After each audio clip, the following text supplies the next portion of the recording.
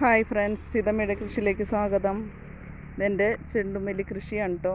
കണ്ടോ, നല്ല വലിപ്പമുള്ള പൂക്കളാണ്. പൂക്കളുണ്ടാവാൻ വൈകി.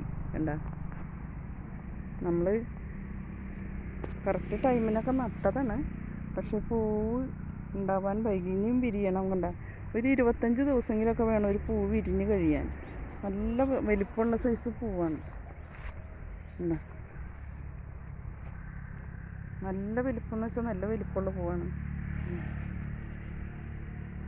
പൂക്കളൊക്കെ നല്ല ഭംഗിയിൽ നിൽക്കുന്നുണ്ട്.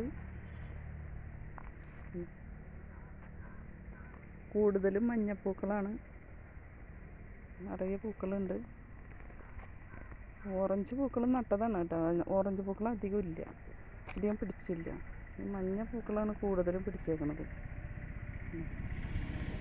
ഓറഞ്ച് പൂക്കൾ കുറച്ചേ ഉള്ളൂ.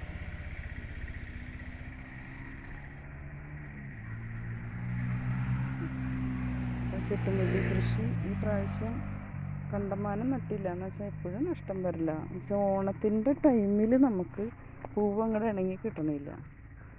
ഓണത്തിൻ്റെ ടൈമിൽ അധികം പൂവുണ്ടാവില്ല. അത് കഴിഞ്ഞിട്ട് കണ്ടമാനം പൂക്കൾ വിരിയണം.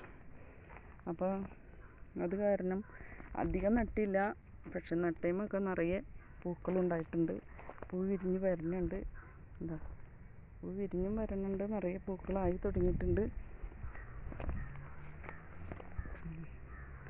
നല്ല വലിപ്പം മഞ്ഞപ്പൂവാണ്, നല്ല വലിപ്പമുള്ള പൂവ്.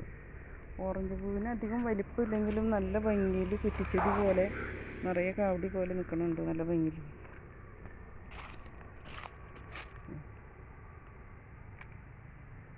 ഇതിങ്ങനെ ഉണ്ടായി നിൽക്കുമ്പോൾ നമ്മുടെ മനസ്സിലൊരു സന്തോഷം നിറഞ്ഞു നിൽക്കും.